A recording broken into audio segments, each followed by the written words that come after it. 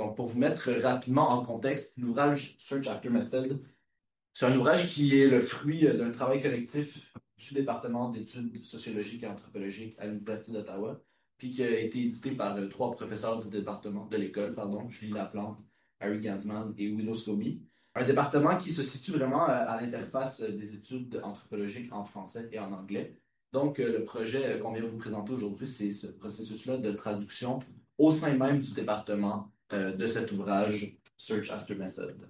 On situe vraiment le projet dans ce qu'on appelle un nœud entre la recherche et la création, dans le contexte où la création ici, elle est a priori académique, et où dans un univers où l'écriture est pas pensée nécessairement comme créative, mais plutôt comme représentative d'un savoir. Donc, le premier élément de notre démarche, ben, c'est de considérer toute forme d'écriture académique comme création, production d'un savoir, pas seulement comme représentation, par exemple, d'une réalité ethnographique qui viendrait être transmise. On peut reprendre ici la nuance de Jacques Derrida entre expression et création. Donc, l'ouvrage à la base de Search After Method, c'est pas juste une volonté de traduire des réalités de terrain dans un livre, mais c'est vraiment de venir créer à la fois un récit et des savoirs qui s'y rattachent dans le contexte de cet ouvrage-là. Et puis ensuite, ben, notre réflexion à nous émerge de ce contexte-là, puis réfléchit à qu'est-ce que ça veut dire de passer d'un univers linguistique, sémantique, d'écriture depuis sur avec un terrain dans un autre univers linguistique. À la place de penser la traduction comme un geste mécanique, justement, que DeepL pourrait venir mettre en œuvre, qu'est-ce qui émerge en termes de poésis, c'est-à-dire quand on considère la traduction comme une performance, comme un geste ou comme un enactment que Anne-Marie Moll ou John Law pourraient qualifier. Donc, c'est vraiment ça qui vient donner de la substance à notre processus de traduction, c'est-à-dire de penser comme un exercice de mise en existence d'une pensée. Et puis, ben, ce processus-là de mise en existence vient justement engendrer tout un tas d'enjeux et de défis auxquels ben, c'est donné le défi de réfléchir. Donc, je vais parler d'un premier élément qui apparaît à première vue un petit peu épineux dans la mesure où on a quand même évalué dans le contexte académique où la fidélité de la reproduction des savoirs était, disons, un présupposé important à ce processus-là de traduction. Donc, on traduit et donc, ben, de manière un petit peu sous-jacente à tout le processus, il y a cette obligation-là que les savoirs soient reproduits de manière fidèle. Donc, qu'est-ce qui arrive quand, ben, justement, on a des difficultés linguistiques au niveau des intraduisibles? Donc, je vais vous parler rapidement de deux petits exemples. Le premier exemple est relatif au titre même de l'ouvrage, donc si on revient, le sous-titre c'est Sensing, Moving and Imagining in Anthropological Fieldwork. Déjà, dans cette manière de formuler-là, on retrouve des structures de phrases et des manières d'exprimer des idées qui sont difficilement traduisibles en français. Donc, au niveau de ce sensing-là, de l'utilisation du gérondif en anglais, qui renvoie à la fois à l'image de l'action en train de se faire, mais encore une fois, dans ce caractère-là un peu impersonnel, où le verbe sensing peut être utilisé à la fois comme verbe et comme nom, ben, en français, ça pose tout un tas de difficultés parce que c'est ni le participe, ben, c'est ni le participe présent s'entend, c'est ni le gérondif en s'entend parce que le gérondif tient pas de manière seule en français en tant que nom comme sensing pourrait le faire. Donc la question c'était essentiellement ben, par quoi on traduit cette histoire-là de sensing, sans même parler du mot en lui-même, du sense en anglais qui peut être à la fois relatif à la sensibilité corporelle, mais aussi à la sensibilité sensorielle. Il y aurait une autre alternative qui pourrait être l'infinitif nominal sentir, sauf que là, on perd un petit peu de la substance du sensing dans la mesure où sentir, ça renvoie simplement à une idée abstraite de l'action qui est statique, alors que sensing, il y a à la fois cette idée-là de mouvement et cette idée-là de généralité. Donc, tout ça pour vous dire que ben, c'est un problème un petit peu épineux qui a été résolu pour l'instant par le simple évitement de l'entête. Puis donc, le titre Search After Method, Sensing, Moving and Imagining in Anthropological Fieldwork devient tout simplement par-delà la méthode. Donc, par voie de contournement, mais aussi de passage entre l'idée du bouquin qui est de réfléchir à des méthodes axées sur la sensorialité et puis l'expérience incorporée en anthropologie, ben, on en vient à une autre formulation qui est beaucoup plus succincte mais qui renvoie quand même à cette idée-là du bouquin. Donc, entre fidélité et intraducible, des voix qu'on pourrait qualifier d'imparfaites, mais qu'on pourrait aussi qualifier de nouveautés créatives qui émergent. Je vous donne un autre exemple assez rapidement où, à la place de procéder par suppression, on peut procéder par addition. Donc, un des titres des chapitres s'appelait Wandering Winds, qui est un petit peu un jeu de mots sur Wandering Winds, donc des vents qui se promènent. Et encore une fois, il y a la question du gérondif qui se traduit un petit peu difficilement, mais il y a aussi deux sens qui sont rattachés au terme wonder. Donc, il y a à la fois ce questionnement, ces pondérations, ces réflexions internes, et puis cet état d'émerveillement face à ce qui nous entoure. Donc, encore une fois, dans la difficulté de rendre compte des deux sens d'un mot, ben, on va par procéder à des traductions qui parfois rendent compte tout simplement, ben, c'est ça, de ces deux dimensions-là par l'utilisation de la barre oblique. Donc, on peut lire à certains endroits dans le texte, vent d'étonnement, barre oblique, d'émerveillement. Donc, je vous présente ça pour vous mettre en contexte, puis Nathan va vous parler aussi de certaines fois où le langage francophone ne suffit pas pour traduire des sens qui sont aussi présents dans des langues qui sont ni françaises ni langues. Pour continuer un peu dans cette idée-là où la traduction, justement, est au-delà d'une transposition mécanique d'un message ou d'une connaissance, elle implique l'émergence de quelque chose de nouveau. Je voulais vous présenter justement un petit défi de traduction concret issu de la traduction d'un des chapitres qui illustre un peu ce processus et cette fois-là à partir d'un mot anglais qui lui-même n'existait pas avant la première édition du livre. Donc, je vous présente le terme polypyrus, qui est un terme anglais qui n'existait pas avant l'édition anglaise, et qui a donc présenté ce double défi de traduction, puisqu'il faut inventer un mot français à partir d'un mot anglais lui-même inventé, donc qui n'a évidemment pas pour le moment en tout cas, de traduction répertoriée. Donc, ce terme polypyrus, il a été inventé par l'anthropologue Jaida Kim Samudra, qui est une des contributrices à la version anglaise du livre, et qu'elle définit, pardon, dans la version anglaise comme, je cite, multi-experience in a variety of related somatic interactions, movements and sensations. Donc, à partir de ça, comment est-ce qu'on peut faire fonctionner une traduction de ce terme-là? Donc, le terme polypyrus, il fonctionne sur trois radicaux, que je disais ici. Donc, le premier qui est poly, donc le grec, et qui implique une idée de multiplicité. Le second, c'est peira, qui vient aussi du grec ancien et qui exprime une tentative, un essai, et qui est aussi le radical du mot français expérience, on retrouve là. Et enfin, le radical os, qui est une forme adjective courante en anglais comme dangerous. Donc, la proposition que j'ai faite, moi, c'est polypérique et qui fonctionne de la même manière sur ces trois radicaux. Donc, en gardant le radical poly, qui fonctionne bien en français aussi.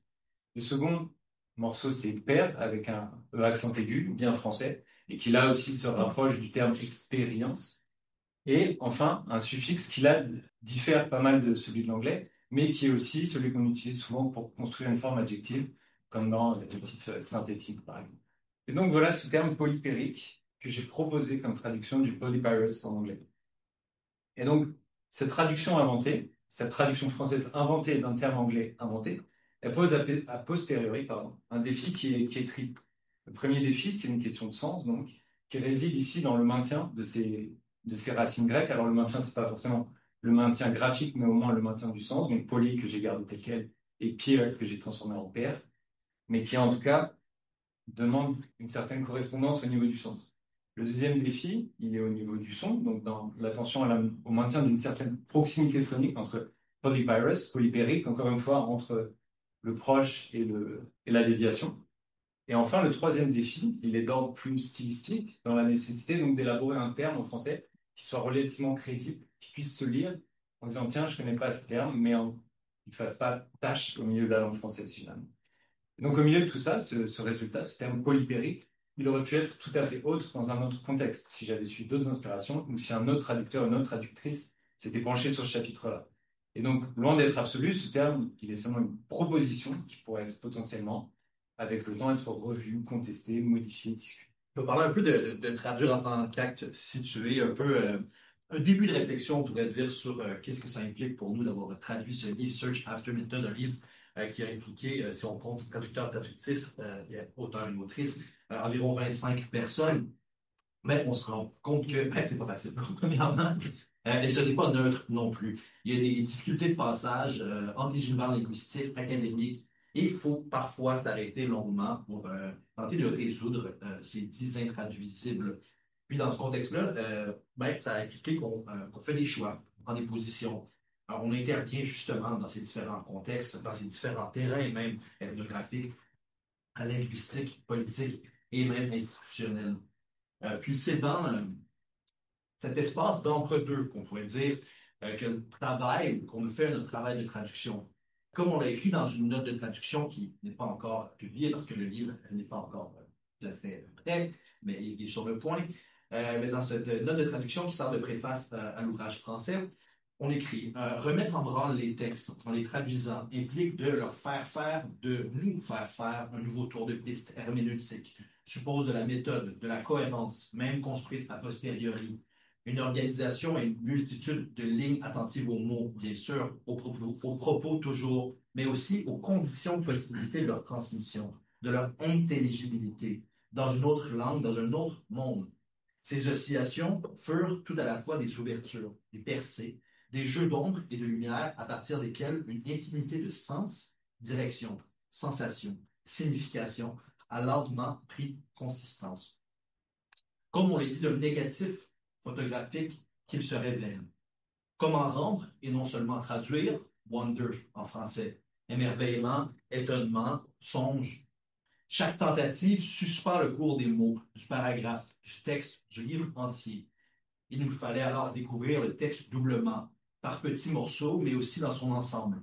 Mouvement inférentiel, synthèse et dissociation, objectivité subjective, subjectivité objective, autant d'éléments qu'il a fallu résoudre provisoirement, surtout, peut-être juste provisoirement, pour que Church After Method, devenu par-delà la méthode, incarne dans ses formes mêmes le dépassement de l'idée de méthode. Peut-être est-ce là un des enseignements les plus précieux de ce travail, compter dans ses chairs plus que de simplement en discourir, l'expérience du silence entre les mots, du vide entre les choses, des ponts que nous construisons entre les deux. Évidemment, près de l'Université d'Ottawa, on a sorti l'image qui vient de notre campus, où on voit l'anglais et le français se côtoyer. Ben, cette idée d'un deuxième tour de piste a été accueillie avec enthousiasme. Après tout, c'est quand même une maison d'édition qui est associée avec une institution qui se présente comme la plus grande université bilingue, francophone, anglophone au monde. Mais cet exercice, on s'est rendu compte, est chargé surtout, peut-être pas juste, mais pour les anthropologues, il faut faire attention de ne pas simplement reproduire ou répéter cet éloge du bilinguisme qui caractérise notre institution. Il faut reconnaître que le contexte n'est pas seulement bilingue, mais plurilingue, et qu'il faut reconnaître que nos langues, elles aussi, échappent pas à une certaine colonialité. À ce sujet, Anna Lemare, la linguiste, parle de manière percutante de la colonialité du langage. En s'inspirant de penseurs décoloniaux comme Achille Mbembe, Frantz Fanon, Audre Lorde, qu'elle met en dialogue avec Derrida, elle montre que dans les régimes coloniaux, les langues dominantes sont extérieures au territoire. Elles s'imposent par les institutions légales, éducatives, bureaucratiques, etc., jusque dans les interactions quotidiennes. Le français, en tant que langue académique élitiste, en est un exemple frappant. Une citation d'Derrida, ici, de son ouvrage de monolinguisme de l'autre, peut nous mettre un peu en contexte des propos de Demers.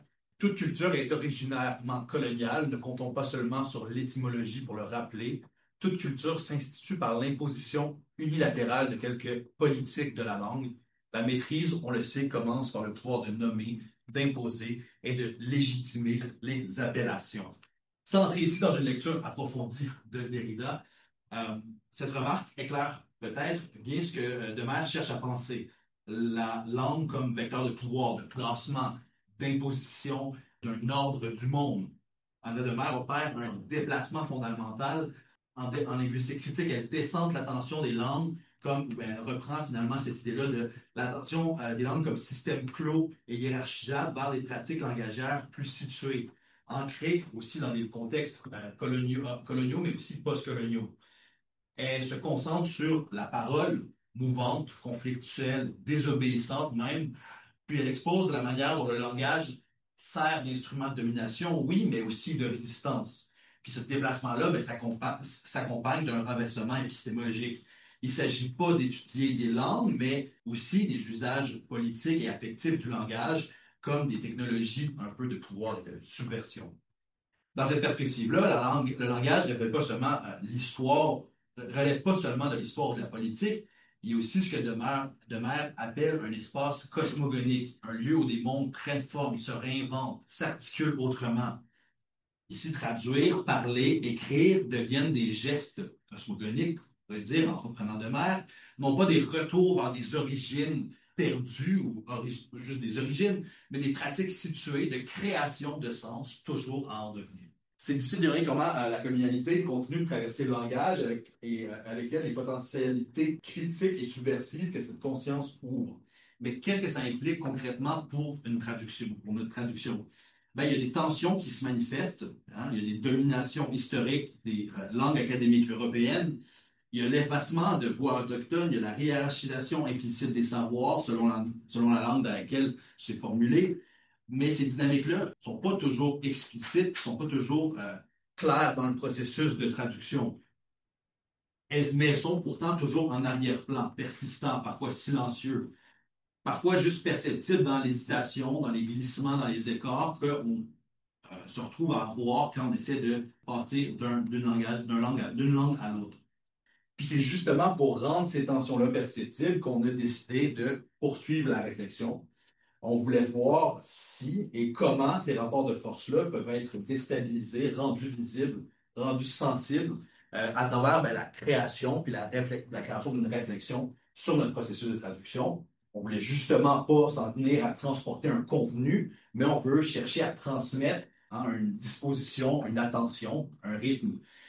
Transmettre une sensibilité, c'est pas juste rendre du mot pour mot, mais c'est justement interpréter des effets, des cadences, des intensités.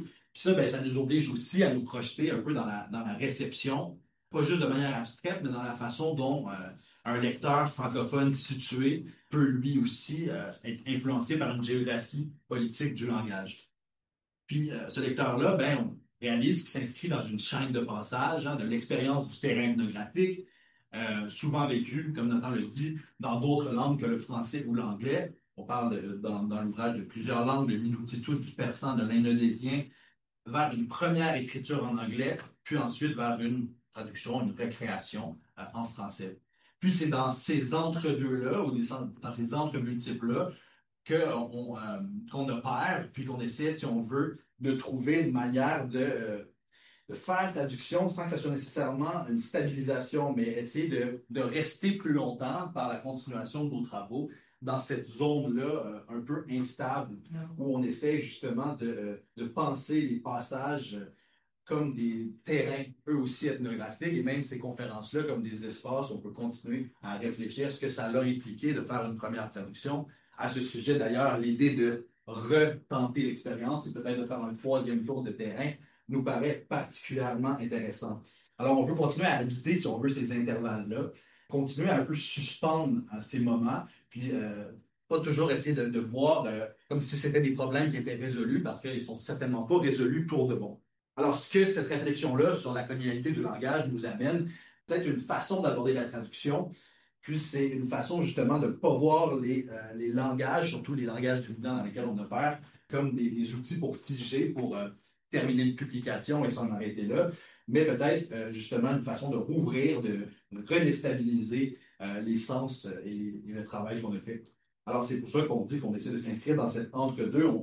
On aime parler aussi de ce projet Search After Method, parfois on dit Still Searching After Method. On croit que c'est un projet qui devrait justement continuer à nous inviter et continuer à motiver quelque chose qui est peut-être un peu plus créatif cette fois-ci. Alors c'était un peu ça qu'on voulait vous partager aujourd'hui. Merci beaucoup.